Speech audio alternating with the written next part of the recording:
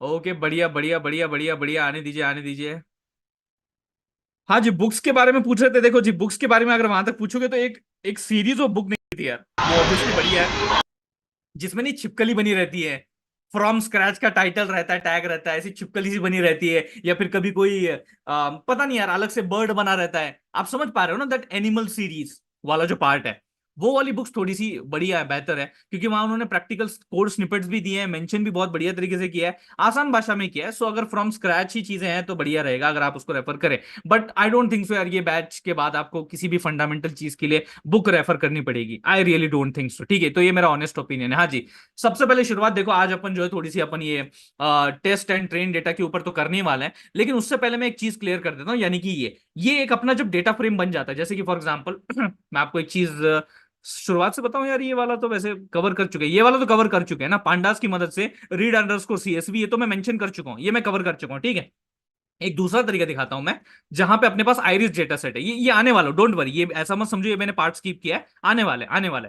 But मैं पहले आपको सेकंड अप्रोच दिखा देता हूं, फिर उसके बाद अपन डिस्क्राइब मेथड के जरिए कुछ स्टैटिस्टिक्स के फंडे समझते हैं, and then we will come on to the training and testing and the make data set वाले के ऊपर। ठीक है, तो देखो जी, अभी तक मैंने क्या बोला आपको कि आपके सिस्टम में सीएसवी फाइल होगी, तो उसको कैसे लोड करना है, read underscore CSV method use करो, वहां अपने जो पाथ है उसका मेंशन करो और लाइक इंपोर्ट कर लो डेटा को, दैट्स इट, सिंपल है। लेकिन अगर मान लो सिस्टम पे नहीं है और ऐसे भैया किसी लिंक पे है, लेट्स से जैसे कि अभी मेरी वेबसाइट है भैया अपनी 5minutesengineering.com, उस पे एक iris डॉट सीएसवी का सैंपल डेटा सेट मैंने डाला हुआ है, जिसमें टोटल 150 सैंपल्स हैं और उसमें तीन क्लासेस हैं, यानी कि तीन कैटेगरीज हैं, सेटोसा, वर्सिकुलर, वर्सिजिनिका, 50 50 50, इसे कहते हैं वेल बैलेंस डेटा सेट। आने वाले हैं उसके ऊपर भी बहुत सारी चर्चा है आगे, लेकिन फिलहाल तो इतनी चीज समझो कि ये डेटा सेट है। अब अगर मुझे ये लोड करना है सर्वर से, यानी कि ऑब्वियसली इंटरनेट पे कनेक्ट होना पड़ेगा, तो आपको यहां पे इस लाइन को एग्जीक्यूट करते वक्त ये याद रखना है कि you must be connected with the internet. तो आपको बस वो लिंक यहां मेंशन कर देनी है, वो जो यूआरएल है वो यहां मेंशन कर देना है। Once you mention the URL, देखो अपना डेटा सेट वापस से उसी तरीके से लोड हो जाएगा जैसे कि भैया अपने सिस्टम में ही था। तो ये भी एक तरीका, ये भी एक चीज जो है वो आपको याद रखनी पांडास के थ्रू। ठीक है, once we are done with this, एक बार ये हो गया तो भैया ये डेटा सेट मेरे पास आ गया। अब इसी डेटा सेट को मैं डेटा नाम से पुकारने वाला हूं। देखो आप इधर देखो, ये जो मेरा डेटा सेट है इसको मैं डेटा नाम से पुकारने वाला हूं ना, तो चलो डेटा नाम से इस्तेमाल करते हैं। तो एक फंक्शन होता है भैया पांडास में डिस्क्राइब नाम का, जो कि ऑब्वियसली डेटा फ्रेम के लिए होता है। तो जो भी डेटा है वो डेटा फ्रेम के फॉर्म में आए तो उसके लिए जो है डिस्क्राइब एक मेथड होता है, क्योंकि हमें पता है कि हमारे डेटा के अंदर चार वेरिएबल्स हैं। वेरिएबल कहो, कॉलम कहो, फीचर कहो, एट्रीब्यूट कहो, कुछ भी कहो, कोई फर्क नहीं पड़ता। ठीक है, तो ये मेरे पास थे sepal length, sepal width, petal length, petal width. Actually इसका ना डेटा सेट का आइडियोलॉजी क्या है, हर बार हम लोग ये कई बार मिस आउट कर देते हैं कि यार किसी भी डेटा का आइडियोलॉजी क्या होता है। तो इसका आइडियोलॉजी ये है कि सेपल और पेटल ये दो बहुत ही इंपॉर्टेंट आपके फ्लावर आइरिस के कंपोनेंट्स होते हैं।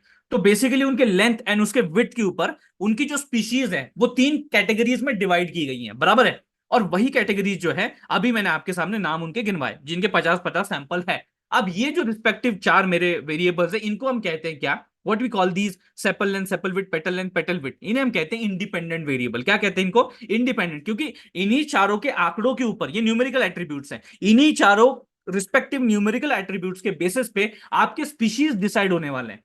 और इसीलिए ये जो स्पीशीज वाला आपका फीचर है या एट्रीब्यूट है, इसे अपन क्या बोलते हैं, डिपेंडेंट या टारगेट वेरिएबल। तो डिपेंडेंट इंडिपेंडेंट वेरिएबल क्लियर हो गया। चलो, अब यहां पे ये जो मेरे रिस्पेक्टिव जितने भी न्यूमेरिकल जो अपने फीचर्स हैं, उनके रिगार्डिंग कुछ भैया मेरे स्टैटिस्टिक वैल्यूज सामने पेश किए गए। जैसे मैंने बोला कि भैया सभी में 150 150 150 सैंपल है, काउंट काउंट मतलब कितने सैंपल है।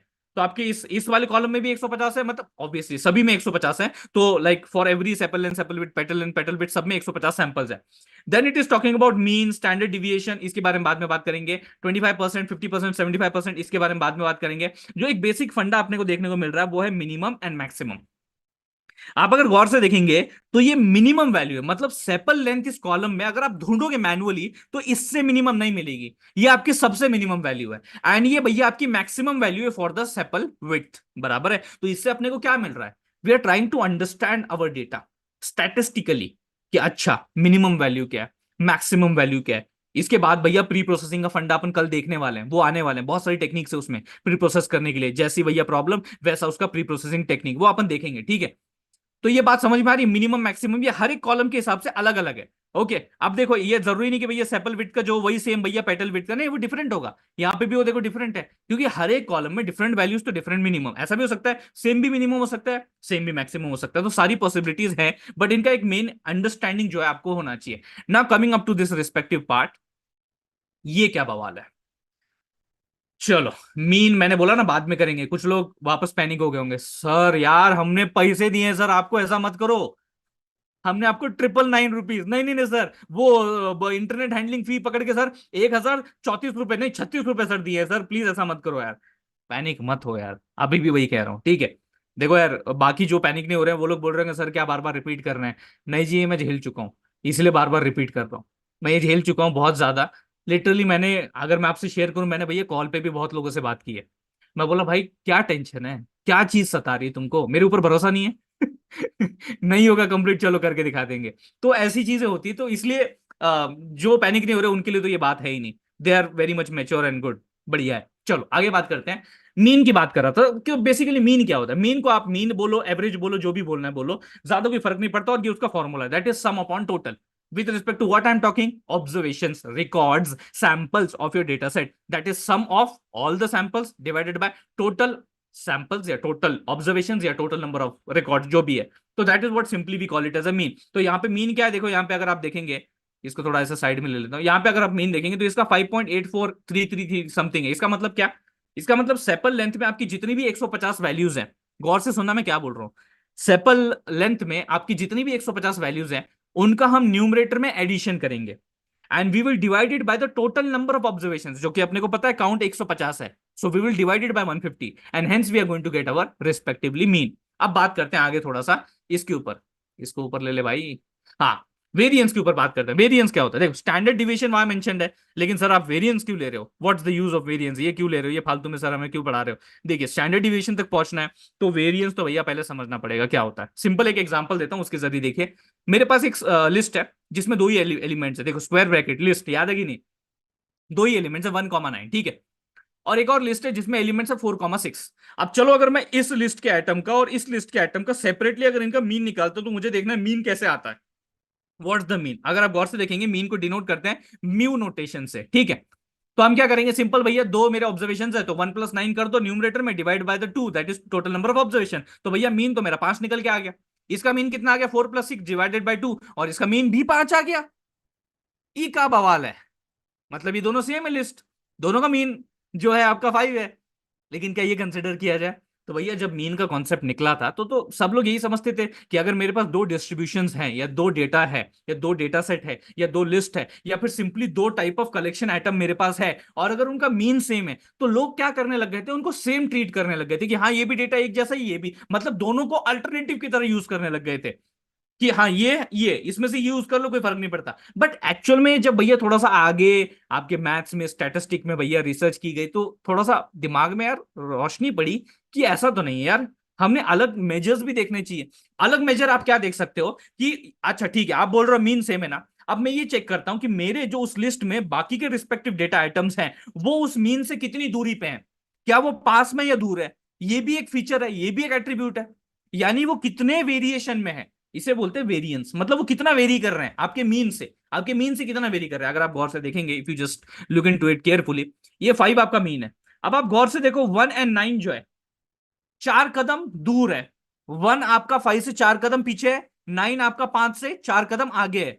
सही बात है कि नहीं, सही बात है कि नहीं, गौर से देखो। और वही अगर यहां देखोगे मीन 5 है और इसके एलिमेंट है 4 और 6, मतलब क्या, आपका 4 जो है 5 से उसके मीन से जो है बेसिकली 1 कदम पीछे है, और 6 जो है 5 से 1 कदम आगे, मतलब ये क्लोज है ना, यानी कि ये सिचुएशन में ये क्लोज है, और इस वाले पर्टिकुलर सिचुएशन में वो दूर है, फार अवे है। तो इस स्कैटर्डनेस को भी तो भैया जज करना चाहिए ना, इसके बेसिस पे तो डेटा आपका जो है जज होना चाहिए, ये भी एक पैरामीटर होना चाहिए। तो इसी को भैया वेरिएंस कैलकुलेशन कैसे करते हैं वो दिखाता हूं। इसको डिनोट करते हैं भैया आपके सिग्मा स्क्वायर से, सिग्मा स्क्वायर से, और स्टैंडर्ड डिविएशन को आने वाला बताने वाला एक ट्विस्ट है, ज्यादा कुछ नहीं। अगर वेरिएंस समझ में आ गया, स्टैंडर्ड डिविएशन बड़ा सिंपल है, उसका बीच का डिफरेंस भी बता दूंगा, डोंट वरी अबाउट दैट कि क्यों स्टैंडर्ड वेरिएशन हम यूज करते हैं, ठीक है, सॉरी स्टैंडर्ड डिविएशन हम यूज करते हैं। Coming on to the formula, बड़ा सिंपल है फॉर्मूला, कुछ नहीं है भैया। देखो जिसको मैथ से डर लगता है, मुझे देखो मुझे बहुत डर लगता है, लेकिन जो काम की बात है वही आपके साथ शेयर करने वाला हूं जो अपनी काम आने वाली है। देखो जी, summation I running from 1 to n, मतलब जितने भी आपके पास लिस्ट के अंदर, कलेक्शन के अंदर जितने भी डेटा पॉइंट्स है, let that be capital N, तो मैं सभी का जो है ये respective I, for that respective term I, मैं इसका डिफरेंस मीन के साथ निकाल के स्क्वायर करके भैया इसका सम निकालने वाला हूं। बात समझ में आई? आई नो नहीं समझ में आई तो चलो इसी फॉर्मूले को नीचे यहां इलस्ट्रेटेड मैनर में देखते हैं। लेट से फॉर दिस एग्जांपल, ये 1 and 9 वाले के लिए अगर मुझे इसका इस पर्टिकुलर कलेक्शन ऑफ एटम का या लिस्ट का अगर मुझे वेरिएंस निकालना है तो कैसे निकालेंगे? तो व्हाट आई विल डू, सबसे पहले तो पहला एलिमेंट कौन सा है? 1, तो उसका मैं मीन यानी कि उसकी मीन के साथ म्यू के साथ सब्ट्रैक्शन करूंगा, 1 - 5 उसका स्क्वायर करूंगा। तो यही तो किया मैंने, यही तो कर रहा हूं। और इसको एक ही बार नहीं करना, जितने भी आपकी लिस्ट में आइटम है उन सबके साथ करना है। यानी कि अगला 9 है तो 9 माइनस उसका लिस्ट का मीन क्या है? 5, तो 9 - 5 उसका स्क्वायर, और इन सबको ऐड कर देना है। And that's what the summation is trying to do. And इसको डिवाइड बाय क्या करना है? एन, यानी कि टोटल नंबर ऑफ एलिमेंट्स। तो ये आपका निकल के आता है आंसर 16 कैलकुलेट करके देख लियो।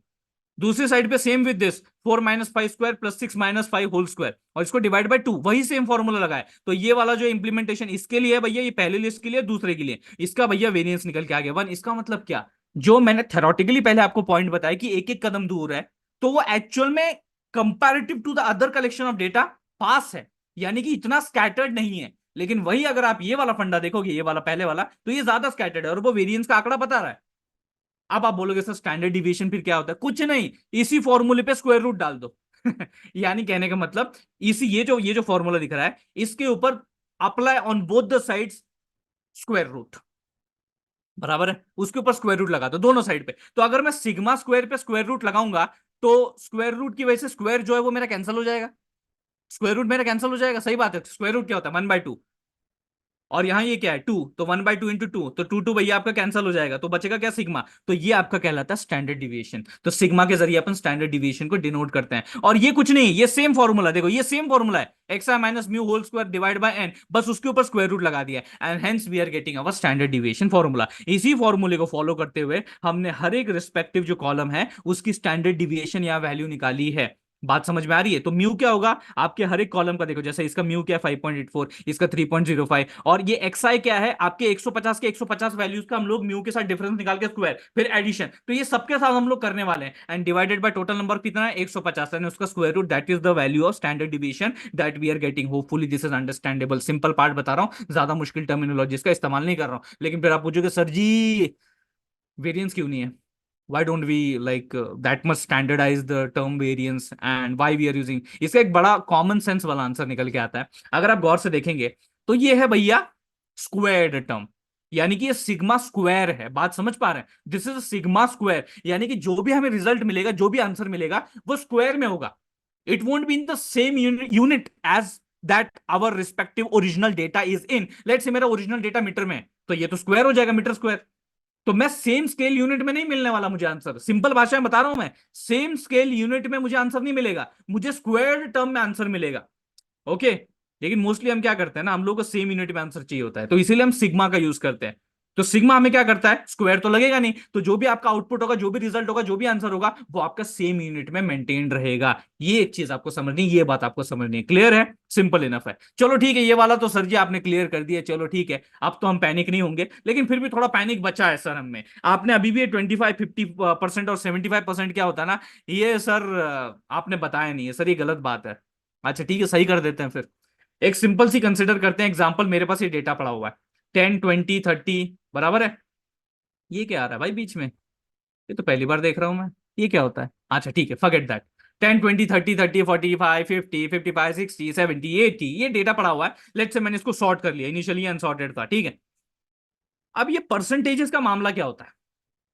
What do you mean by this? अब लेट्स से अगर मेरे पास परसेंटेज ऐसा दिया है और मेरे को ये वैल्यू दे दी है 30, इसका मतलब क्या? जैसे कि फॉर एग्जांपल, अरे भाई मैंने क्या किया, एक मिनट, इसको ऐसा कर लेता हूं मैं।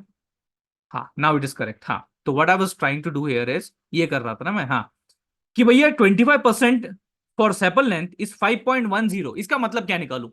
50% ऑफ सेपल विड्थ इज 3.00, इसका क्या मतलब निकालू? Because these values are given to me. अब मुझे समझ नहीं आ रहा कि मैं इसका मतलब क्या निकालू। इसका सिंपल सा मतलब ये निकलता है, देखो गौर से सुनो, मैं 2 बार बोलूंगा, 2 बार बोलूंगा, पूरा फोकस यहां पे लगाओ, आसान शब्दों में बोलूंगा, ठीक है। 25% की जो वैल्यू दी है वो अपने केस में क्या है? यहाँ पे 30। आप कैलकुलेट भी करके देख लेना, कोई दिक्कत नहीं है, ठीक है। परसेंटाइल क्वांटाइल, ये जो वैसे भी हम लोग ये जो देखने वाले हैं फंडा, इसका फॉर्मुलेशन भी आता है, सिंपल फंक्शंस आते हैं, है ना, नंपाई में। तो वो आप लगा के देख सकते हैं, कोई दिक्कत नहीं है। बट वो यहाँ पे देखिए, हम तो वो ये वाला एक्चुअली परसेंटाइल एंड क्वांटाइल निकाल चुके हैं, so no need for like additional उसको प्रोसेसिंग करने की जरूरत नहीं, पहले इस पे फोकस कीजिए। अब जो मुझे 30 वैल्यू मिली है इस पर्टिकुलर डेटा के लिए, ये बताती है कि मेरा जो एंटायर डेटा सेट है, एंटायर डेटा सेट, उसकी 25% ऑफ वैल्यूज ऐसी हैं जो कि 30 इस वैल्यू से कम है। एक बार हो गया, ठीक है। दूसरी बार, 25 परसेंटाइल का मतलब क्या, इसकी इस वैल्यू का सिग्निफिकेंस क्या है, कि मेरा जो ये एंटायर डेटा सेट है, एंटायर पूरा का पूरा जो डेटा सेट है, इसमें 25% ऐसी वैल्यूज हैं, इसमें 25% ऐसी वैल्यूज हैं जो कि इस वैल्यू से कम है, 30 से कम है। Understand this respective part that I am trying to say. Same will be followed for 50 as well. 50% मतलब क्या, कि भैया मेरे एंटायर डेटा सेट का 50% ऑफ ऐसे भैया वैल्यूज हैं, मेरे डेटा वैल्यूज ऐसे हैं जो कि इस वैल्यू से कम है। बराबर है, आप बात समझ पा रहे हैं? तो अगर आप गौर से देखेंगे तो इसको एक मीडियन टर्म भी कहते हैं, जो 50% आपका 50 परसेंटाइल की जो वैल्यू होती है ना, उसको मीडियन भी कहते हैं। क्यों मीडियन कहते हैं? क्योंकि ऑब्वियस सी बात है, ये आपकी ऐसी वैल्यू है जिसके कंपैरिजन में आपका एंटायर डेटा सेट का 50% जो डेटा है वो उससे कम है। तो ये आपकी मीडियन वैल्यू हो गई। क्या हो गई? आपकी मीडियन वैल्यू होगी। ये भी एक एडिशनल इन्फॉर्मेशन मैं आपको देना चाहता हूं। Coming up to 75%, again the same logic here also goes the same logic, कि 75% की अगर आप बात करेंगे तो मेरे एंटायर डेटा सेट के लाइक पूरा एंटायर मैं कर देता हूं, नहीं तो कुछ बोलेंगे सर आप 55 तक ही ले रहे हो। पूरा एंटायर डेटा सेट के कंपैरिजन में 75% ऑफ वैल्यूज ऐसी हैं जिनकी वैल्यू इससे कम है, 58.75 से कम है। बात समझ में आ रही है? Hopefully your understanding the point. तो ये आपके परसेंटाइल्स हो गए जो आपको ये इन्फॉर्मेशन दे रहे हैं। अब इन्हीं को हम क्वांटाइल भी बोल रहे हैं। ये आपका फर्स्ट क्वांटाइल हो गया, this is your first quantile, this is your second quantile, this is your third quantile. एक फोर्थ क्वांटाइल भी होता है 100% वाला, कि भैया सीधा सीधा 80 की वैल्यू ले लो। क्यों? बिकॉज आपका जो भी वैल्यूज होंगी वो इससे कम ही होने वाली, सबके सब 100%, all of the values are going to be less. तो लेकिन वो उसको इतना सिग्निफिकेंट नहीं मानते, तो अपन कंसिडर नहीं करते। तो ये तीन क्वांटाइल जो है, इसीलिए आपको देखो यहाँ पे रिजल्ट में भी तीन ही जो परसेंटाइल है, वही information with respect to each and every जो क्या बोलते हैं अपन रिस्पेक्टिव एट्रीब्यूट है, कॉलम है, उसकी दी जा रही है। ठीक है, this is the simple part. Now coming to this respective यार training and testing split, sir ये क्या है सर, ये प्लीज समझाओ यार। चलो आते हैं अगले मुद्दे पे। क्या दिख रहा है जी? ये डेटा सेट है प्यारा सा नन्ना से, इसको छोटा कर लेता हूं मैं। अरे यार ये ऐसा हो जाएगा क्या? चलो ठीक है, ये चैट सेक्शन आ रहा है, एक मिनट। इनके ऊपर फोकस करो, ये जो वैल्यूज है ना 49167 305, इसके ऊपर फोकस करो। That is it's a collection of your respectively training data. बराबर है, इसका कलेक्शन है। तो वो इंडेक्स है जो बता रहे कि ये सैंपल नंबर, ये सैंपल नंबर, ये सैंपल नंबर, ये है। That is what we are calling as a index. अब इसको मैं रन करता हूं, चेंज हो रहा है? चलो एक और बार रन करता हूं, चेंज हो रहा है? नहीं हो रहा। अब मैं क्या करता हूं, क्या है ना, किसी चीज की वैल्यू हमें तब पता चलती है जब वो चीज हमारी जिंदगी से चली जाती है, तब हमें उसका रियलाइजेशन होता है। सही बात है कि नहीं? तो चलो फिर अभी रियलाइजेशन करवाया जाए। इसको हटा दिया, अब देखते हैं इसका बिना कैसे काम चल रहा है। मैं इसको रन करता हूं। Focus on the index numbers. Change हो गया भाई ये, 0561894 7। वापस करता हूं मैं एक बार एग्जीक्यूट, 52684397। मैं वापस एक बार एग्जीक्यूट करता हूं, 76530821। मैं वापस एक बार एग्जीक्यूट, भाई कर चल क्या रहा है? सेवन, अब ये तो था ही नहीं भैया, शुरुआत तो 7 से कभी हुई नहीं थी, अभी हो रही है। 0 से तो कभी हुई नहीं थी शुरुआत, अभी हो रही है। 5432, और भाई ये नीचे के तीन नंबर अलग है फिर। 20, ये क्या हो रहा है? नोटिस किया आपने क्या हो रहा है? Every time I am trying to generate my split for training and testing, अलग अलग सैंपल्स का कॉम्बिनेशन मेरा ट्रेनिंग और टेस्टिंग के लिए डिस्ट्रीब्यूट हो रहा है हर बार। क्या ये अच्छा बिहेवियर है? Is it a good, is it a ideal behaviour that we should understand? Obviously नहीं है। मतलब आइडियल तो नहीं है। क्यों? अभी आप कहोगे कि भैया चलो मैंने मेरा ट्रेनिंग एंड टेस्टिंग डेटा कुछ इस तरीके से बिना रैंडम स्टेट के मैंने स्प्लिट मार दिया, ठीक है, मैंने अपना मॉडल भी ट्रेन कर दिया, बात तो ठीक है जी, यहां तक भी ठीक है। लेकिन when I want to know कि भैया मेरा ट्रेनिंग किसके डेटा के ऊपर हुआ था, टेस्टिंग किस डेटा के ऊपर हुआ था, अगर मैं उसको एग्जीक्यूट वापस से करने लग गया to gain that particular data, वो तो चेंज हो जाएगा। वो तो हर बार रन कर रहा हूं तो चेंज हो रहा है, वो तो चेंज पे चेंज हो रहा है। मुझे कैसे पता चलेगा भैया किस पे ट्रेन हुआ है किस पे टेस्ट नहीं हुआ है? बराबर है। ऑब्वियसली डिपेंड्स अपॉन रिक्वायरमेंट कि कई हिसाब से भैया ठीक है इतने जरूरत भी नहीं होती, या फिर कभी कोई जरूरत होती भी है, इसीलिए उस पर्टिकुलर चीज को ऑप्शनल रखा हुआ है। यानी कि every time it's not necessary कि आप रैंडम स्टेट मेंशन करो ही, इसीलिए ऑप्शन ऑप्शनल रखा है कि इस्तेमाल अगर करना है, रिक्वायरमेंट है क्लाइंट के हिसाब से तो ऐसा करो, नहीं है तो मत करो, बात खत्म होती है यहीं पे। लेकिन फिर रैंडम स्टेट लगाने से हो क्या रहा है? रैंडम स्टेट लगाने से ये हो रहा है कि आपका जो भी ट्रेनिंग एंड टेस्टिंग डेटा है, या इन दैट सेंस अगर मैं बात करूं ये चार कंपोनेंट में जो भी आपका डेटा है, वो एक कांस्टेंट कॉम्बिनेशन को कंसिस्ट करता है। Every time you run it, every time you try to split it for a particular number of a random state, उस पर्टिकुलर नंबर के साथ एक कांस्टेंट कॉम्बिनेशन। प्लीज गौर से सुनो प्लीज, जिन लोगों को यार थोड़ी सी दिक्कत होती है ना समझने में, उनको प्लीज प्लीज गौर से सुनो यार, मैं क्या बोल रहा हूं, आराम से बोल रहा हूं, ज्यादा स्पीड भी नहीं बोल रहा मैं। रैंडम स्टेट को एक कोई भी नंबर हम असाइन कर रहे हैं, आप कौन सा नंबर असाइन करोगे कोई फर्क नहीं पड़ता, कोई भी इंटीजर नंबर असाइन कर दो कोई फर्क नहीं पड़ता। होता क्या है कि उस नंबर के साथ एसोसिएटेड एक रैंडमली आपका जो एक कलेक्शन ऑफ आइटम्स है, कलेक्शन ऑफ ट्रेनिंग सैंपल्स या टेस्टिंग सैंपल्स जो है, उनका एक कांस्टेंट कॉम्बिनेशन जनरेट होता है। कांस्टेंट कॉम्बिनेशन, कांस्टेंट कॉम्बिनेशन, इसका मतलब क्या कि every time you run for that particular number of a random state, you will generate that same thing every time, generate the same thing।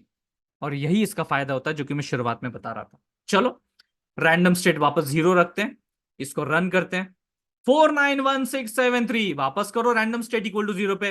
491673 वापस करो एक बार, random state zero पे। 491673 बराबर है। क्लियर है? Let me change the number, one कर देता हूं। अब ऑब्वियस सी बात है रैंडम स्टेट जीरो के लिए जो मेरा नंबर थे या फिर जो सैंपल रिकॉर्ड्स नंबर थे वो चेंज हो जाएंगे as that of for one. 640317। फिर आप बोलोगे सर क्या फायदा, चेंज तो हो रहा है। एक और बार रन करके दिखाऊं, हुआ चेंज। एक और बार रन करता हूं, हुआ चेंज। एक और बार रन करता हूं, हुआ चेंज। नहीं हुआ जी।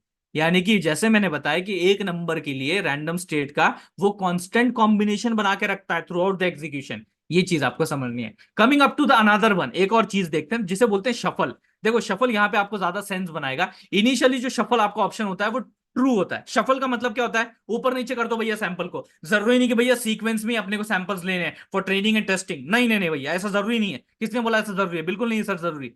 अपन जो ऊपर नीचे ऊपर नीचे ऊपर नीचे थोड़े से सैंपल्स को करके अपना कंसिडरेशन कर सकते हैं, सही बात है कि नहीं? लेकिन is it a good option हर बार? जैसे मैंने बोला कि there is no straight forward path in the data science कि हाँ शफल इक्वल टू फॉल्स रखोगे तो ही आंसर सही आएगा। नहीं जी, ऐसा नहीं होता। या फिर शफल इक्वल टू ट्रू जो कि बाय डिफॉल्ट ऑप्शन रहता है आपके फंक्शन में, अगर वैसा रखोगे तो ही आपको सही आंसर मिलेगा, नहीं। It all depends on your experimentation result. अगर आपने शफल इक्वल टू फॉल्स रखा, आपको अच्छा एक्यूरेसी नहीं मिल रहा है, go for shuffle equal to true. बराबर है, जो कि बाय डिफॉल्ट ऑप्शन है वो शफल करके देता है। अब किस किस केस में वो काम करेगा किस में नहीं करेगा वो भी डिटेल में आपको मैं बताता हूं। तो मैंने यहां क्या कर दिया, शफल इक्वल टू फॉल्स कर दिया। अब शफल इक्वल टू फॉल्स करने से होता क्या है, देखो आपके जो सैंपल्स हैं ये देखो किस तरीके से आपको दिख रहा है। जीरो से शुरू होते हुए उसी सीक्वेंस में 119 यानी टोटल 120 रोज मेरे जो है ट्रेनिंग के लिए जा रहे हैं। और जो उसके बाद 120 से लेके 120 से लेके 150 तक, 120 से लेके 150 तक जो है वो कहां जा रहे हैं भैया, मेरे टेस्टिंग के लिए जा रहे हैं। यानी कि इस तरीके से डिवाइड किया, 20% के हिसाब से मैंने डिवाइड किया है। तो शफल नहीं करने की वजह से हुआ क्या, मेरे सैंपल्स एक ही सीक्वेंस में है, एक ही सीक्वेंस में मेरे सैंपल्स चले आ रहे हैं चले आ रहे हैं चले आ रहे हैं। तो फिर अगर मैं शफल इक्वल टू ट्रू करूं तो ऐसा नेचर देखने को मिलेगा आपको। ये देखो यहां मैंने शफल मेंशन नहीं किया, इसका मतलब वो ट्रू है, तो देखो ऐसा नेचर देखने को मिलेगा। ऊपर नीचे 640। अगर यहां पे अगर मैं शफल इक्वल टू फॉल्स करता हूं, जो कि मैं आपको एक्सरसाइज देने वाला हूं, please do this exercise for your sake only, ठीक है, नॉट फॉर माई सेक। मेरा उससे कोई फायदा नहीं होने वाला।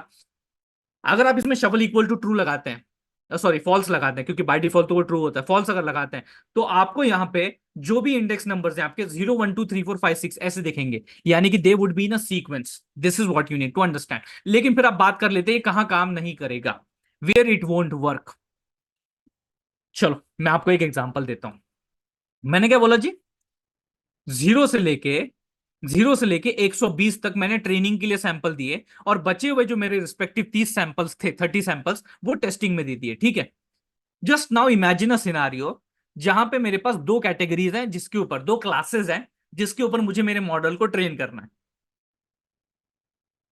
और पहले शुरुआत के 120 सैंपल्स जो हैं वो कैटेगरी वन को बिलोंग करते हैं, और बचे हुए सिर्फ जो लास्ट के 30 सैंपल्स है वो कैटेगरी टू को बिलोंग करते हैं। नाउ अगर मैं ऐसा करता हूं, शफल इक्वल टू फॉल्स, और ये 120 के 120 सैंपल अब मेरे ट्रेनिंग में जाएंगे, यानी आप समझ पा रहे हैं हुआ क्या? हुआ ये कि मेरा रिस्पेक्टिव मॉडल सिर्फ और सिर्फ एक ही कैटेगरी पे ट्रेन हुआ है, एक ही कैटेगरी पे ट्रेन हुआ है। दूसरी कैटेगरी का तो अपन ने उसको कोई वेरिएशन दिखाया ही नहीं, डेटा दिखाया ही नहीं है। वो सिर्फ एक ही कैटेगरी पे ट्रेन हुआ है 120 सैंपल में, क्योंकि मैंने उसको भैया शुरुआत से जीरो से लेके सीक्वेंस में सैंपल लिए, और मेरा डेटा का नेचर कुछ ऐसा था कि भैया सीक्वेंस के पहले 120 जो है वो क्या था, कैटेगरी वन, लास्ट के 30 क्या थे, कैटेगरी टू, बराबर है। तो जब आप भैया टेस्टिंग के लिए जाओगे और कैटेगरी टू का सैंपल दोगे, तो ऑब्वियस सी बात है वो तो गलत ही प्रिडिक्ट करेगा, क्योंकि उसको जितने भी मिले वो सिर्फ क्लास वन के मिले, क्लास टू का तो मिला ही नहीं एक भी। तो ये इश्यू होता है, ये प्रॉब्लम होता है, इसीलिए हम इस पैरामीटर को इतना यूज नहीं किया जाता, इसीलिए इसको बाय डिफॉल्ट ट्रू रखा जाता है, क्योंकि वी वांट कि हमारा डेटा अच्छी तरह शफल्ड अप हो, ताकि एक अच्छा sort of collection of both the classes हम ले सकें, और उन दोनों के इंफॉर्मेशन, उन दोनों के क्लास के इंफॉर्मेशन को हम लोग यूज कर सके to train our respective model. ये बुनियादी चीज आपको समझनी है। I hope you are getting this point. ये बुनियादी जो मामला है ये आपको समझना है। ये बेसिक सी चीज थी जो आज भैया मुझे आप तक पहुंचानी थी, डिलीवर करनी थी। एक और फंडा है यार मेक वाला, आ, लेकिन मैं सोच रहा था इसको क्या करें, अपन कल करें। मेक वाला बढ़िया सा फंडा था यार, ये बहुत ही बढ़िया फंडा था। अलग अलग अपन जो जनरेटेड डेटा सेट्स हम इसको बोलते हैं। ओके, चल ठीक है, कोई नहीं, ज्यादा अपन जल्दबाजी नहीं करेंगे। Okay, will not hurry up in any case, in any situation, ठीक है, अपन आराम से जाएंगे, आराम से करेंगे। तो फिलहाल तो अपन इसको नहीं कंसिडर करते, कल कंसिडर करते हैं अपन प्री प्रोसेसिंग के साथ जो है। अपन थोड़ा सा मेक वाला जो डेटा सेट है, कुछ नहीं है, नथिंग एल्स, थोड़ा सा एक रफ आइडिया में दे देता हूं आपको। देखो रफ आइडिया दे देता हूं, लेट्स से इनिशियली, मतलब ये कल फिर मैं नहीं दूंगा ना, रफ आइडिया अभी दे देता हूं। तो मैं क्या कह रहा था, बेसिकली एसके लर्न के अंदर ना, ये जो हमारा एसके लर्न है, इसके अंदर भैया mat plot, basically matplotlib तो आने वाला है बाद में, एसकेलन के अंदर बहुत सारे आपके डेटा सेट्स होते हैं जो कि हम लोग यूज भी करने वाले हैं, जैसे कि आइरिस डेटा सेट हो गया, वाइन डेटा सेट हो गया, बहुत सारे अलग अलग हैं भैया, है कि नहीं। लेकिन उसमें ना भैया ये भी एक ऑप्शन होता है मेक, यानी कि जनरेटेड डेटा सेट्स का भी एक ऑप्शन होता है, जो कि मैं चाहता हूं कि आप एक्सप्लोर करें, इसीलिए मैं ये सेक्शन यहाँ पे लिया है। नहीं तो मोस्टली किसी भी डेटा साइंस के कोर्स में, बूट कैम्प में, बैच में ये सेक्शन नहीं लिया जाता, because they don't consider it as कि भैया ये इंपॉर्टेंट भी है। लेकिन ये सबसे ज्यादा इंपॉर्टेंट है फॉर बिगिनर्स, जिनको सच में इसके बारे में कुछ नहीं पता है, इस फील्ड के बारे में कुछ नहीं पता है। तो आप सिंपली क्या कर सकते हो, अपने कस्टमाइजेशन हिसाब से, अपने कस्टमाइज्ड वे में आप अपने रिस्पेक्टिव डेटा को बना सकते हो, मेक कर सकते हो। Make for regression, make for regression. उसके बाद मेक ब्लॉब्स का भी एक ऑप्शन है, एक क्लासिफिकेशन का भी ऑप्शन है जो अपन यूज करने वाले हैं, एक सर्कल का भी ऑप्शन है। बहुत सारे ऑप्शंस है, सभी के सभी एक्सप्लोर करने वाले। क्लासिफिकेशन वाला किधर गया भैया, मेक मून्स वाला भी है, क्लासिफिकेशन वाला भी होना चाहिए यहाँ पे। हाँ, मेक क्लासिफिकेशन बराबर है, यानी कि आप अपने डेटा सेट्स को जनरेट करने वाले हो आपके कस्टमाइज्ड हिसाब से, कितने फीचर चाहिए, देखो कितना नॉइज चाहिए, कितने नंबर ऑफ सैंपल चाहिए। रैंडम स्टेट का तो मतलब मैं अभी आज आपको बता चुका हूं, वही सेम मतलब यहाँ पे भी निकलता है कि एक कांस्टेंट ऑर्डर आपका हर बार एग्जीक्यूशन पे मेंटेन होना चाहिए। देन इसका प्लॉटिंग वाला फंडा भी अपन देखेंगे, मैट प्लॉट लिप का एक बेसिक इंट्रोडक्शन कल करवाऊंगा ही मैं, ठीक है। तो इस तरीके से हम अपने डेटा सेट को बनाएंगे इनिशियली, क्योंकि यार देखो एज अ बिगिनर मैं मानता हूं कि अपने को डेटा सेट्स नहीं मिलते यार, कहीं प्राप्त नहीं होते, है ना। तो फिर उस वक्त क्या किया जाए, या फिर हम किसी भी डेटा सेट के ऊपर इतना ट्रस्ट नहीं करते, तो खुद का डेटा सेट बनाओ जी। रिग्रेशन के लिए अलग सा बनाओ, क्लासिफिकेशन के लिए अलग सा बनाओ, उसको ट्रेन करो, उस पर भैया एक्सरसाइज अपनी करो, सिंपल सी बात है, ज्यादा क्या मुश्किल है। तो ये चीजें जो है अपन थोड़ा सा इन डिटेल कैसे की जाती हैं, इनका मतलब क्या होता है, फिर ये जो जनरेट हुआ है, ये सारी चीजों के बारे में अपन जो है थोड़ा सा इन डिटेल बात कल करेंगे। वैसे आज डिसाइड हुआ था, लेकिन चलो कोई नहीं, ठीक है। आज अपन यहीं पे होल्ड लेते हैं, and I am just stopping to share that thing. Okay, अच्छा याकूब जी पूछ रहे हैं सर क्या होता है, देखो प्रद्युमन जी ने जो है उत्तर दे दिया है। Okay, Piyush ji, it is mentioned, वो आपके प्रॉब्लम स्टेटमेंट में ही मेंशनड होगा। और जो भी आप डेटा सेट जब भी डाउनलोड करेंगे, it's a very beneficial point, वो आपको बता देंगे भैया ये कौन कौन से वेरिएबल है, वो आपको बताएंगे, डोंट वरी अबाउट दैट। बिल्कुल ले सकते हैं श्रद्धा जी, मैं तो रेकमेंड करूंगा कैगल से आप जो फ्रीली अवेलेबल है वो ले सकते हैं ना। हाँ बिल्कुल यार, मीर जी स्टैंडर्ड डिविएशन का तो बहुत इंपॉर्टेंट क्या बोलते हैं, अहम रोल है जी। ये अपने को बताता है कितना स्कैटर्ड है फ्रॉम द मीन, कितना भैया एक दूसरे से फैला हुआ है कि नहीं? तो वो तो अपने को डेटा बता है। देखो अगर वो ज्यादा ही बहुत ज्यादा स्कैटर्ड है तो अपन मोस्टली प्रेफर नहीं करते उस डेटा को यूज करना। हमें क्या चाहिए होता है एक, लाइक अभी करेंगे बात जब प्री प्रोसेसिंग पे आएंगे, तो एक नॉर्मलाइज डेटा चाहिए होता है हमें, जो मीन के पास ज्यादातर सैचुरेटेड हो, नजदीक हो, वो हमारे लिए अच्छा डेटा होता है। समझ रहे हैं ना, ये मैं बात बता रहा हूँ। हाँ जी, random state equal to zero, random state equal to one, कौन सा इस्तेमाल किया जाए? ये सिर्फ जीरो वन नहीं है, आप 99 लगाओ, आप ट्रिपल नाइन लगाओ, आप चार बार नाइन लगाओ, आप कितने भी नाइन लगाओ, आप फोर नाइन लगाओ, फाइव नाइन लगाओ, कुछ भी आंकड़ा लगाओ। ऐसा कुछ नहीं होता कि भैया which one we should use, ऐसे बहुत सारे आंकड़े हैं, बस हर एक आंकड़े के लिए। अब ये मजेदार फैक्ट है, बहुत बढ़िया क्वेश्चन पूछा अंकित जी ने, बताता हूं मैं। यही है खेल डेटा साइंस में एक्सपेरिमेंट का, कि आपका, गौर से देखना, बाकी सब चीजें भूल जाओ, बाकी सब चीजें भूल जाओ, बाकी सब जो सिंपल, ये क्या पूछ रहे हैं कि बेसिक बेसिक चीजें, मैं आने वाला हूं सबके ऊपर आने वाला हूं, डोंट वरी। नहीं तो अगर मैं किसी अगर एक डाउट को अगर ऐसा बोल दूं कि यार नहीं उसके ऊपर फोकस मत करो, नहीं तो बुरा लग जाएगा, बट मैं जो बोल रहा हूं ये बहुत इंपॉर्टेंट बात है, फोकस वाली बात है, इस पर फोकस करो। Focus focus focus.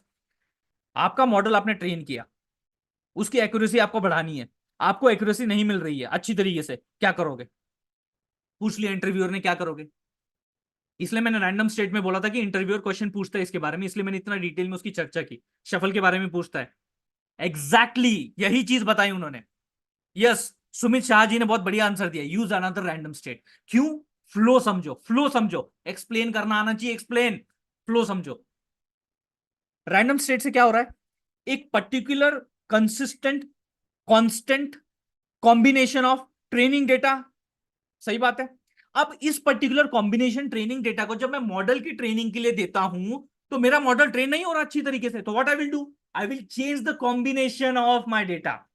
मैं डेटा का कॉम्बिनेशन चेंज कर देता हूं, अब ले भैया, अभी भी अच्छा नहीं दे रहा, मैं डेटा का कॉम्बिनेशन चेंज कर देता हूं, अब ले भैया, अब ले भैया, अब ले भैया, बात समझ में आ रही भैया? इससे आपकी एक्यूरेसी आपको ट्विस्ट होते हुए दिखेगी, आपको दिखेगा कि डेटा बदल रहा है तो सब चेंज भी हो रहा है। This is what you need to understand, ये बेसिक चीज है। हाँ, हिमांशु जी ने बहुत बढ़िया सवाल पूछा है, क्या random state and shuffle can work together? फर्क ही नहीं पड़ेगा, करके देख लीजिए आप यूज। आप एक तरफ बोल रहे हैं कि रैंडम स्टेट भी लगा दिया, और एक तरफ शफल भी बोल रहे हैं, अगर आप शफल इक्वल टू फॉल्स कर देंगे तो बाय डिफॉल्ट आपको हर बार जो है वो जीरो इंडेक्स से ही आपके सीक्वेंस में नंबर मिलेंगे, तो रैंडम स्टेट लगाने का कोई फायदा ही नहीं है, बिकॉज आपने ऑलरेडी शफल लगा दिया है, तो दोनों का एक साथ एक ही बार में यूज करने का कोई फायदा ही नहीं बनता। ये मेरा आंसर है। यस जी, यस जी, पीयूष जी, यस। ओके। नहीं नहीं नहीं, बहुत सारे ट्राई करने की जरूरत नहीं है, शुभम जी बोल रहे हैं सर तो ऐसे बहुत सारे कॉम्बिनेशन हमें करने पड़ेंगे, तो इसका तो ये कोई अल्टीमेट सॉल्यूशन नहीं हुआ, नहीं जी। ये बात आप समझे नहीं, आपने बात पकड़ी नहीं। आप बात तक पहुंच पा रहे लेकिन उसको पकड़ ही नहीं पा रहे। देखिए, आपका जो रिक्वायरमेंट होता है, कई बार आपके जितने भी अभी आप प्रोजेक्ट्स में जाएंगे, जितनी भी बार भैया चीजें आप देखेंगे इंप्लीमेंट होते हैं, उसमें रिक्वायरमेंट एक्यूरेसी होती है। ऑब्वियस ही बात है, एक्सपेक्टेड होती है, आपका क्लाइंट हमेशा बोलता है कि मुझे 95% एक्यूरेसी चाहिए, मेरे को 90% एक्यूरेसी चाहिए, मेरे को 99% एक्यूरेसी चाहिए। तो उस एक्यूरेसी को प्राप्त करने के लिए आपको जो आंकड़े बदलने पड़ेंगे वो आप बदलिए, लेकिन once you have achieved that accuracy, उसके बाद फिर क्या जरूरत है? उसके बाद वापस कॉम्बिनेशन लगाने की क्या जरूरत है? And let me tell you one more thing, random state का नंबर बदलना is not the only thing to improve the accuracy, उसमें और भी बहुत सारे पैरामीटर्स होते हैं, बहुत सारे पैरामीटर होते हैं। आपने एल्गोरिदम कौन सा यूज किया है? लेट से क्लासिफिकेशन का प्रॉब्लम है, बतेरे 10 से ज्यादा भैया क्लासिफिकेशन पड़े हुए हैं, तो आपने कौन सा क्लासिफिकेशन लगाया अपने डेटा के ऊपर? आपने क्लासिफिकेशन के लिए पहला क्लासिफायर लगाया, उसने अच्छी एक्यूरेसी नहीं दी, दूसरा लगाया, तीसरा लगाया, चौथा, उसके ऊपर भी तो डिपेंड करता है। तो there are many factors that impact your classification, बात समझ में आ रही है आपको? Exactly. Okay. Exactly, it's just one of them, it's just one of them. Which percentage of test and train speed gives better accuracy initially, किस percentage? मैंने तो बता दिया जी, 2080 के साथ शुरू कीजिए या 3070 के साथ शुरू कीजिए, वो आपको बढ़िया देगा, ठीक है। Okay okay okay, perfect perfect perfect. कितना परसेंट एक्यूरेसी फाइन होता है? वो डिपेंड करता है जी, वो डिपेंड करता है। अगर इस स्टेट पे आप अगर किसी एक इनिशियल डेटा से सेट के साथ अगर 90% या 95% के आसपास भी ला पा रहे हैं, तो एक बहुत बढ़िया चीज हो जाएगी।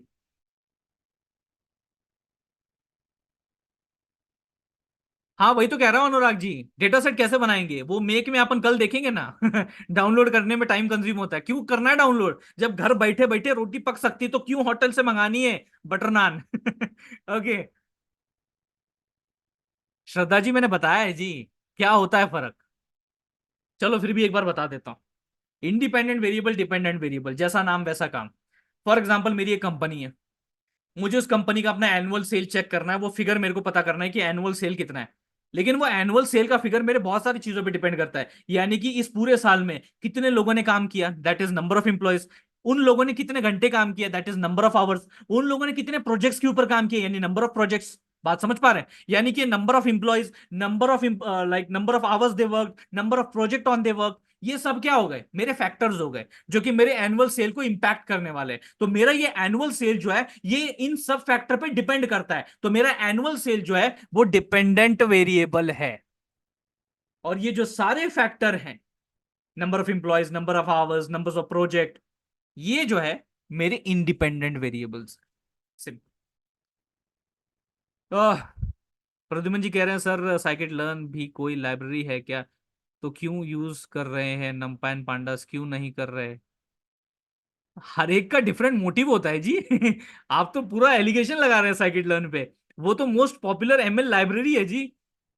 हम आधे से ज्यादा नहीं, सबसे ज्यादा तो भैया एमएल में साइकिट लर्न का ही हम इस्तेमाल करने वाले हैं। सभी लाइब्रेरीज का अलग अलग, क्या बोल सकते हैं यार, एक कॉम्बिनेशन ऑफ फंक्शनैलिटीज होता है जो कि फैसिलिटेट करता है कुछ चीजों को। जैसे केरास भैया deep learning, tensor flow neural network, जैसे अपना एमएल के लिए साइकिट लर्न, समझो।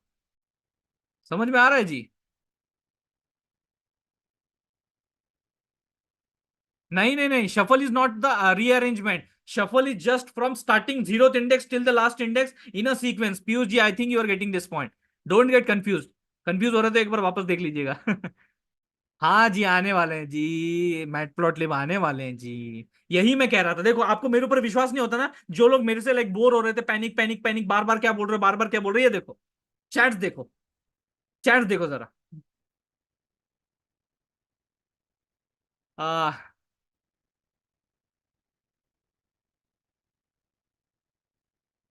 नहीं प्रद्युमन जी, अभी अभी टेंशन मत लीजिए, अभी लोड मत लीजिए।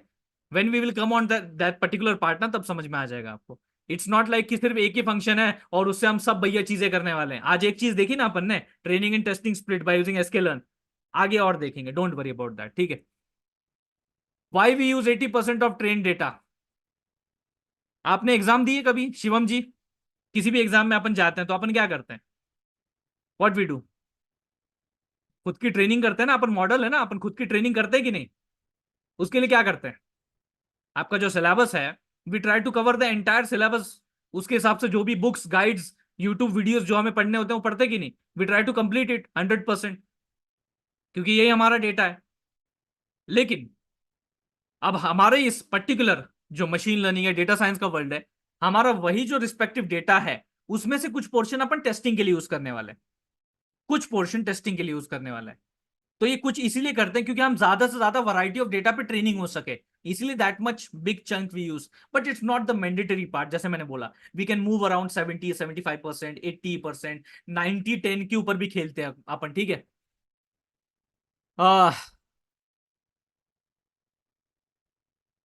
Yes yes yes Mahima ji, it can help, it can help, yes. Because of different set of data दे रहे हैं तो it can help, yes.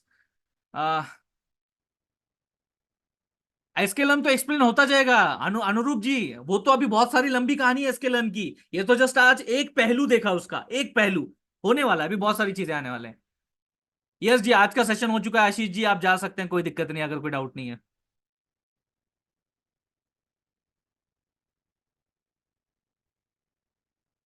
Himanshu जी कह रहे हैं सर आपको इतने सारे सब्जेक्ट का गहरा कॉन्सेप्ट याद रहता है सर, अब बहुत सारे सब्जेक्ट कैसे पढ़ा लेते हैं?